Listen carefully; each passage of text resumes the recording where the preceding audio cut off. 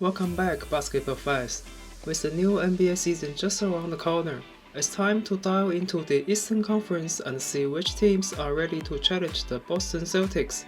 In this two-part series, we will break down the contenders, and this video is part 1. Since 2018, no team has managed to win back-to-back championships, with the league seeing a new champion every year. The Celtics, however, remain the biggest obstacle for any Eastern Conference team looking to make a final appearance. Coming off their recent playoff runs, Boston has solidified itself as the team to beat, boasting a combination of elite defense, star power, and depth. First of all, let's take a closer look at the Boston Celtics' perspective for the upcoming season. Boston has made some smart roster moves, keeping their core intact by extending contracts for key players like Jason Tatum, Derek White, Sam Hauser, and Xavier Tillman. Continuity is key, and maintaining most of their roster from last season will give the Celtics a distinct advantage. One of their strengths is versatility. Almost every starter can handle the ball, initiate the offense, and both Jason Tatum and Jaylen Brown are willing to sacrifice on offense to lock in on defense, which makes them a dangerous two-way team. During last season's playoff run, we saw Boston's defensive prowess in full effect, nearly locking down superstars like Luka Doncic and Kyrie Irving.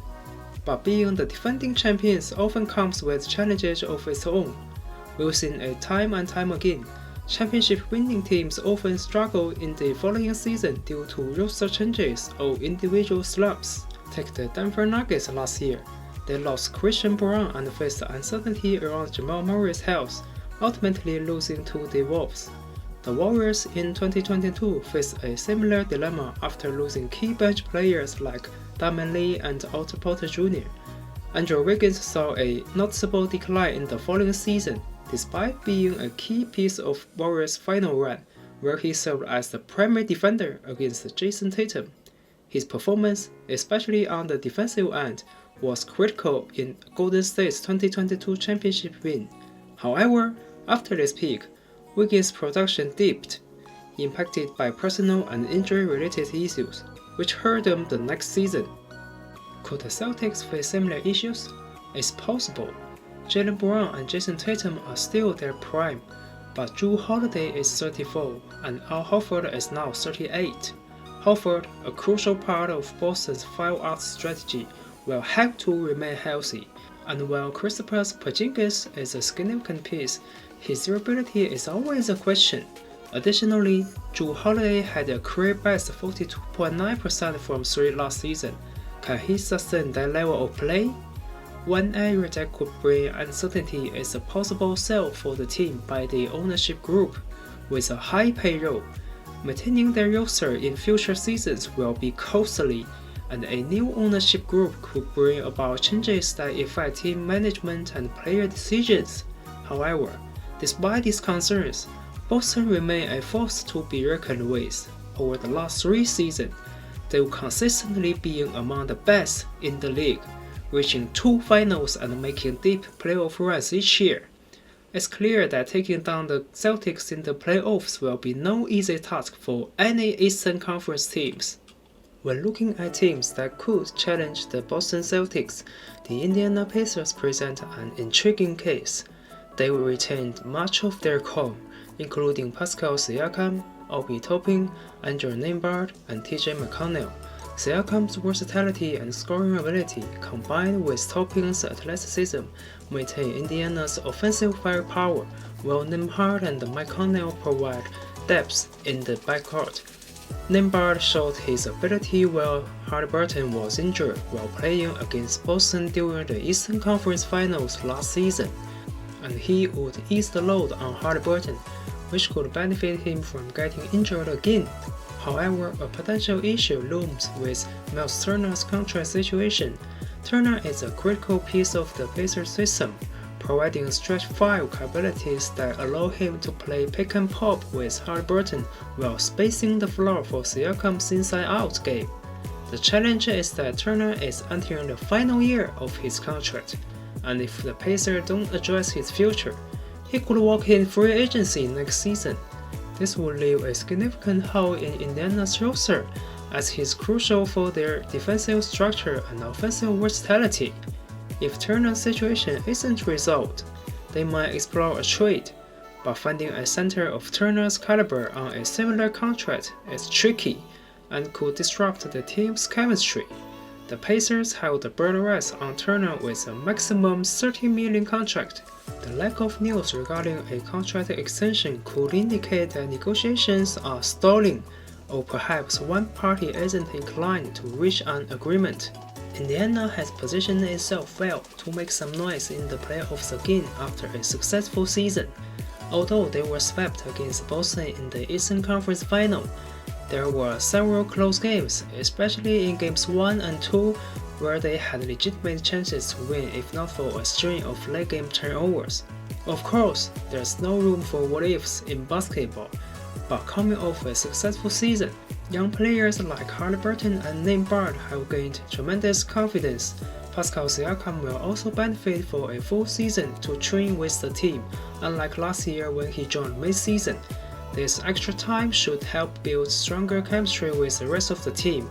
Rick Carlisle surely sees the potential for improvement on the other end of the floor. With a full off-season, they will have time to fine-tune their tactics.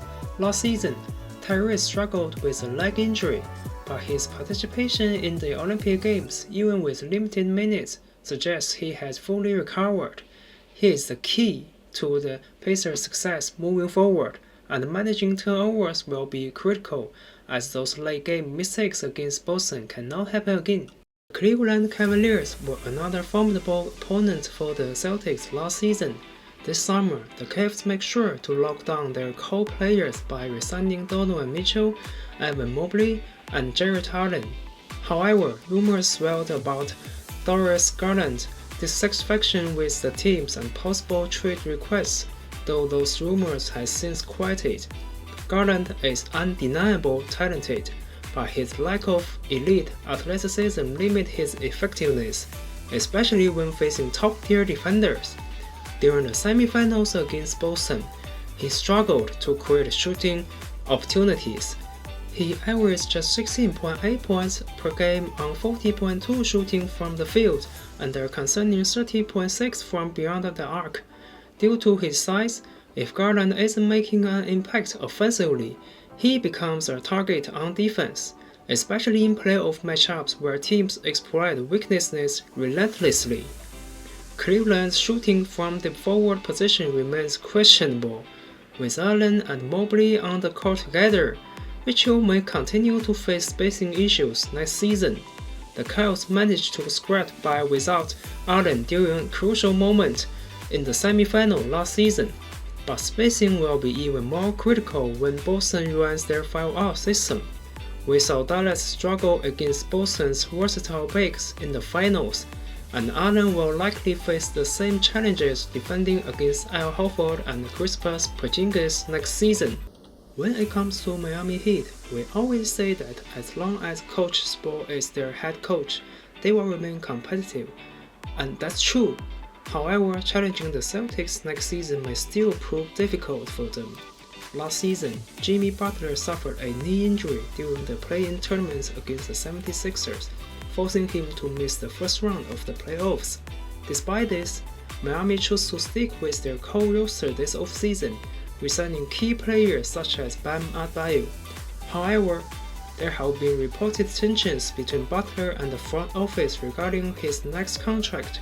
While this may not cause immediate issues, Butler has a player option for the 2025-26 season, and given the Heat's history of handling stars like Dwayne Wade, it's unclear if Miami will offer Butler the contract he's seeking, consider his age. It's possible that Jimmy will opt out for his player options and sign a longer-term deal for less money per year but with a higher total value, exceeding the $42 million option on his current deal. Bam Adebayo, fresh off an impressive Olympic performance, could be an advantage when facing Boston, but Miami will also need players like Terry Rozier, Tyler Hero, and Duncan Robinson to step up with outstanding performances, with a healthy Jimmy for sure to challenge them. The daunting part about playing the Celtics is their defense. In last season's playoffs, they showed no exploitable weaknesses, while Al Horford was seen as a potential liability compared to Boston's other elite defenders. He proved otherwise. On the other hand, the Heat and the other teams we've discussed each have defenders who can be targeted, making it tougher for them to keep pace with Boston. Let's talk about a team that might be one of the hottest this offseason. They made a splash by acquiring Mikal Bridges from the Brooklyn Nets, paying a price of 5 first-round picks and 1 first-round swap. They also signed OG Anunoby to a 5-year, $212.5 million contract and extended Jalen Brunson with a 4-year, $156.5 million deal. Just last week, they finally pulled the trigger on trading Julius Randle, along with Dante DiVincenzo and a top 13 protected first-round pick that originally belonged to the Detroit Pistons, which probably won't amount to much. In return, they acquired one of the best draft files in the league, Karl-Anthony Towns. Yes, we are talking about the New York Knicks. From the Knicks' point of view, Julius Randle lost his starting position last season when he was injured. The Knicks went all the way to the second round without him. If Julius had stayed, along with Mikal Bridges and OG Anunoby, he would have had to play center, which probably isn't the best idea. Karl-Anthony Towns, on the other hand, can play the center position without problems, at least on the offensive end. Losing Dante is a setback for the Knicks, but without including him, the trade may never have happened. The Knicks' current roster including Jalen Brunson, Josh Hart, OG Anunoby, Mikal Bridges, and Karl-Anthony Towns, along with Precious Achiuwa and Mitchell Robinson, an impressive lineup and arguably their best 7 players right now. While they don't have a big 3 superstar team up that makes fans think next season is already over like Brooklyn Nets, the Knicks could be one of the best win defending team in the league. Compare this lineup to Boston's. Offensively, the Knicks on paper are better than last season without a doubt. However, one of the potential issues with this star lineup after acquiring Karl-Anthony Towns, and the same as last season, is who will initiate the offense. Of course, Jalen Brunson is the best person for that role, but if he is the only one who can do it, they may run into trouble at some point. Both Mikal Bridges and OG Anunoby are elite 3-and-D players with some ability to attack off the dribble, but organizing the offense isn't what they are best at. The same goes for Josh Hart. What about Cat? Well, we saw how he played last season against Denver and the Mavericks. His performance was inconsistent. He relied too much on his shooting touch. Part of the problem was that Rudy made the paint area harder to attack, leaving almost no space under the basket. While Cat has the ability to play in the low post, it requires help from passers. Playing with Jalen Brunson from the start of next season will be beneficial for them, as the Knicks will have the full regular season to build chemistry. The bench is weaker than last season, especially considering Dante's performance. If Miles Matt-Bright and Cameron Payne can step up, they could help fill that gap a bit. On the other side of the floor, the Knicks might be a top contender in the Eastern Conference. Facing 2 of the top 5 3D players in the league will definitely put pressure on Jason Tatum and Jaylen Brown. With Jalen Brunson and Josh Hart matching up against Jrue Holiday and Derrick White, they may not be elite defenders but should hold their own. The center position will be interesting. Cat have never been known as a good defender. However, depending on the task he's assigned, his performance might vary. Obviously, protecting the paint while rooming to help teammates like Rudy does is beyond his capabilities. But staying one-on-one with an opponent, Cat can handle that assignment. So if Cat's only job on defense is to stay with Kristaps Porzingis, he could make Kristaps feel less comfortable compared to when he is facing players like Derek Lively II or Daniel Gafford. Allowing 2 of the best 3D players to roam and protect the paint may not be a bad strategy. But basketball isn't just about one-on-one matchups. With screens and switches, Boston still could end up facing defenders other than Bridges and Anunoby, which might make the things easier for them.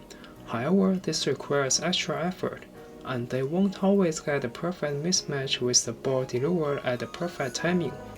Anyway, it will be interesting to see how their first game goes on October 22nd at TD Garden. Next team we will discuss had a season that was anything but smooth sailing. Last year, it was hard to call their season a success. They made a bold move then by acquiring one of the best wing players in the league, taking advantage of their salary cap space. Some fans may not agree with the contract salary and less, but for this team, trusting the process isn't an option anymore. They have a chance, and they need to grab it. Yes, it's the 76ers. With Joel Embiid injured and playing only 39 games in the regular season, they end up in the play-in tournament. Although they made it to the playoffs, Joel's knee was obviously not fully recovered, or perhaps he didn't fully trust it after a long recovery. This offseason, their roster changes a lot. Will these changes be enough to challenge the Celtics? Next season, the starting lineup might be Tyrese Maxey, Kelly Oubre Jr., Paul George, Caleb Martin, and Joel Embiid. Tyrese played really well last season. His improvement has been unbelievable, but they need Joel to be dominant. Can PG-13 demonstrate that he deserves his $200 million contract when he going up against Jason Tatum or Jaylen Brown? Bench players including Kyle Lowry, Eric Gordon, Reggie Jackson, and Andre Drummond. The question is, how will the 76ers handle Boston's foul-out tactics? Could their defensive limitation be the Achilles heel against the Celtics? Offensively, Joel needs to take advantage. Boston's 4-5 switch for the 76ers may not yield promising result. Caleb Martin needs to make sure that if Boston executes this tactic, they are making a wrong decision. Overall, the 76ers have the forward resources to match up against Boston, not as luxuriously as the Knicks, but with a healthy Joel along with PG-13 and Maxey, the 76ers have a real chance to challenge Boston if they meet during the playoffs. The last team on our radar might have fallen out of favor for a while, and although their big three combination haven't changed, they are coming off a disappointing season. After a shocking trade in the 2022-23 offseason, the Bucks were expected to have an unstoppable pick-and-roll deal, with hopes of chasing their second championship of the 21st century, but instead, their journey ends in the first round. This offseason, the Bucks faced the reality of restrictive salary cap, leaving their management team with limited options. They couldn't touch their big three core, but they did make some sneaky moves, signing Taurean Prince for $3 million and surprisingly picking up Gary Trent Jr. for just $2.6 million on a minimum salary. And to shake things up on the sidelines, they brought back Darvin Ham to the coaching staff. Yet here's the question, is beating Boston really the Bucks' primary goal? Enter Doc Rivers, who now carries the weight of making the Damian Giannis partnership work. This could very well be Doc's last shot as a head coach if the team still struggled through the first half of the season. And what about Chris Middleton? His stellar performance against the Pacers raised eyeballs, but let's not forget he only played 55 games in the regular season, and obviously he did not find a role to play with Damian together the last season, nor did the coach team. Can he adapt to playing alongside Damian to maximize the team's offensive firepower? What do you think? Which team has the best shot at taking down Boston in the playoff next season? Share your thoughts in the comments below.